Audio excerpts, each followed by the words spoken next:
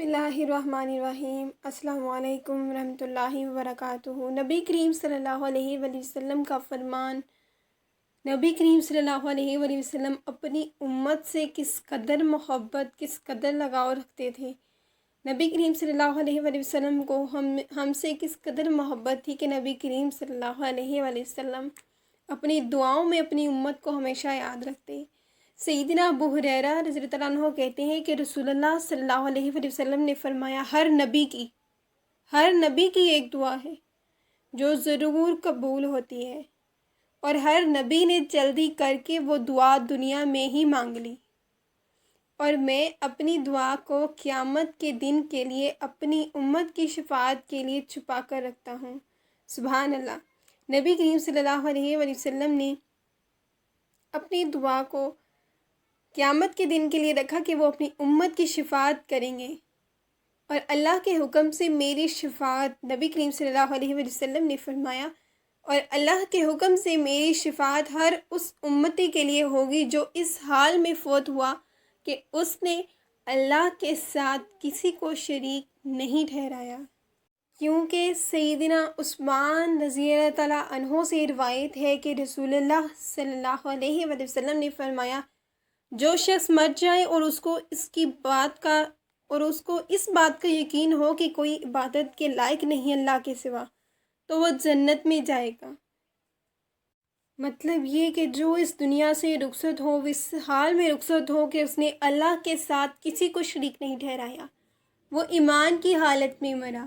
آپ صلی اللہ علیہ وآلہ وسلم فرماتے تھے، اس نے ایمان کا مزہ چکھ لیا جو اللہ کے پروردگار عالم عبادت کے لائق ہونے پہ یقین رکھتا ہے، اسلام کے دین ہونے پر اور محمد صلی اللہ علیہ وآلہ وسلم کے رسول ہونے پر راضی ہو گیا، اس نے ایمان کا مزہ چکھ لیا۔ اور جو اس حال میں فوت ہوا کہ اس نے کسی کو شریک نہیں ٹھہرایا اللہ کے ساتھ، اور اللہ پر اس کا یقین ہے کہ اللہ کے سوا کوئی عبادت کے لائق نہیں، تو وہ جنت میں جائے گا۔ رسول اللہ صلی اللہ علیہ وآلہ وسلم نے فرمایا، تین باتیں جس میں ہوں گی وہ ان کی وجہ سے ایمان کی مٹھاس پائے گا۔ ایک تو یہ کہ اللہ اور اس کے رسول سے دوسرے سب لوگوں سے زیادہ محبت رکھے، اللہ اور اس کے رسول صلی اللہ علیہ وآلہ وسلم سے سب سے زیادہ محبت رکھے۔ دوسری بات یہ کہ کسی آدمی سے صرف اور صرف محض اللہ کے واسطے دوستی رکھے، یعنی دنیا کی کوئی غرض نہ ہو اور نہ ہی اس سے ڈر ہو سوائے اللہ پاک کی ذات کے۔ تیسری بات یہ کہ وہ کفر میں نہ لوٹے۔ سیدنا ابو ذر رضی اللہ تعالیٰ عنہ کہتے ہیں کہ میں نے رسول اللہ صلی اللہ علیہ وآلہ وسلم سے پوچھا کہ کون سا عمل افضل ہے؟ آپ صلی اللہ علیہ وآلہ وسلم نے فرمایا، اللہ پر ایمان لانا اور اس کی راہ میں جہاد کرنا۔ میں نے کہا، کون سا بندہ آزاد کرنا افضل ہے؟ آپ صلی اللہ علیہ وآلہ وسلم نے فرمایا، جو بندہ اس کے مالک کو عمدہ معلوم ہو، یعنی کہ اس بندے کو آزاد کرنا افضل ہے جو اس کے مالک کے لیے بہت خاص ہو، اور پھر اس کی قیمت بھی بھاری تمہیں ادا کرنی پڑے۔ میں نے کہا کہ اگر میں یہ نہ کر سکوں؟ آپ صلی اللہ علیہ وآلہ وسلم نے فرمایا، تو کسی سوانح کی مدد کر، کسی شخص کی یا کسی بے ہنر شخص کے لیے مزدوری کر، یعنی جو کوئی کام اور پیشہ نہ جانتا ہو، روٹی کا محتاج ہو، اس کی مدد کرو۔ میں نے کہا کہ اگر میں خود ناتواں ہوں تو، یعنی کام نہ کر سکوں، کوئی کسب، کوئی کام مزدوری نہ کر سکوں تو؟ آپ صلی اللہ علیہ وآلہ وسلم نے فرمایا، لوگوں کو اپنے شر سے محفوظ کر دو، یہی تمہارا اپنے نفس پر صدقہ ہے۔ پھر ایمان تو لانا ہے، ایمان پر قائم بھی رہنا ہے۔ رسول اللہ صلی اللہ علیہ وآلہ وسلم سے سیدنا سفیان بن عبداللہ رضی اللہ تعالیٰ عنہ نے کہا کہ یا رسول اللہ مجھے اسلام میں ایک ایسی بات بتا دیجئے کہ پھر میں اس کو آپ صلی اللہ علیہ وآلہ وسلم کے بعد کسی سے نہ پوچھوں۔ آپ صلی اللہ علیہ وآلہ وسلم نے فرمایا، کہو میں اللہ پر ایمان لایا اور پھر اس پر قائم اللہ پر ایمان لایا اور پھر اس پر قائم رہا۔ ایک شخص نے نبی صلی اللہ علیہ وآلہ وسلم سے پوچھا کہ یا رسول اللہ 2 واجب کر دینے والی چیزیں کیا کیا ہیں؟ آپ صلی اللہ علیہ وآلہ وسلم نے فرمایا، جس کو اس حال میں موت آئے کہ وہ اللہ کے ساتھ کسی کو شریک نہ کرتا ہو وہ جنت میں جائے گا، اور جس کو اس حال میں موت آئے کہ اللہ کے ساتھ کسی کو شریک کرتا ہو تو وہ جہنم میں داخل ہوگا۔ اپنی اچھی زندگی اور اچھی موت کے لیے سب سے پہلے ایمان لانا اور کسی کے ساتھ برا سلوک نہ کرنا، اپنے ہاتھ اور زبان کے شر سے دوسرے مسلمانوں کو محفوظ رکھنا ہے۔ سیدنا عبداللہ بن عمرو بن عاص رضی اللہ عنہ سے روایت ہے کہ نبی کریم صلی اللہ علیہ وآلہ وسلم نے ابراہیم علیہ السلام کے بارے میں اللہ تعالیٰ کے اس قول کی تلاوت فرمائی۔ نبی کریم صلی اللہ علیہ وآلہ وسلم نے ابراہیم علیہ السلام کے بارے میں تلاوت فرمائی کہ اے میرے پالنے والے، انہوں نے بہت سے لوگوں کو راہ سے بھٹکا دیا ہے، پس میری تابع داری کرنے والا میرا ہے، اور جو میری نافرمانی کرے تو بہت ہی معاف کرنے والا اور رحم کرنے والا ہے۔ اور عیسیٰ علیہ السلام کا قول جو کہ قرآن پاک میں منقول ہے کہ اگر تو ان کو سزا دے تو یہ تیرے بندے ہیں، اور اگر تو ان کو معاف فرما دے تو زبردست حکمت والا ہے۔ پھر نبی صلی اللہ علیہ وآلہ وسلم نے اپنے دونوں ہاتھ اٹھائے اور کہا کہ اے میرے رب، میری امت، اور رونے لگے۔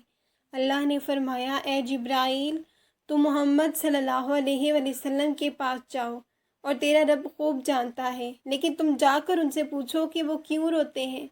جبرائیل علیہ السلام آپ صلی اللہ علیہ وآلہ وسلم کے پاس آئے اور پوچھا کہ آپ کیوں روتے ہیں؟ آپ صلی اللہ علیہ وآلہ وسلم نے سب حال بیان کیا۔ جبرائیل علیہ السلام نے اللہ سے جا کر عرض کی، حالانکہ اللہ خوب جانتا ہے۔ اللہ نے فرمایا، اے جبرائیل، محمد صلی اللہ علیہ وآلہ وسلم کے پاس جا اور کہہ کہ ہم تمہیں تمہاری امت کے بارے میں خوش کر دیں گے اور ناراض نہیں کریں گے۔ جس نے نبی کریم صلی اللہ علیہ وآلہ وسلم سے محبت کی اور جس نے پیروی کی، اس کی زندگی سنور گئی۔ جس نے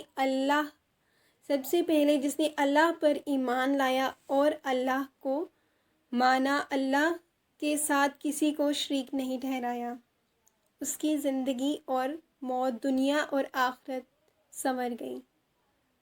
سیدنا جابر رضی اللہ عنہ سے روایت ہے کہ طفیل بن عمرو دوسی رسول اللہ صلی اللہ علیہ وآلہ وسلم کے پاس آئی، مکے میں ہجرت سے پہلے کی بات ہے، اور عرض کی کہ یا رسول اللہ، آپ ایک مضبوط قلعہ اور لشکر چاہتے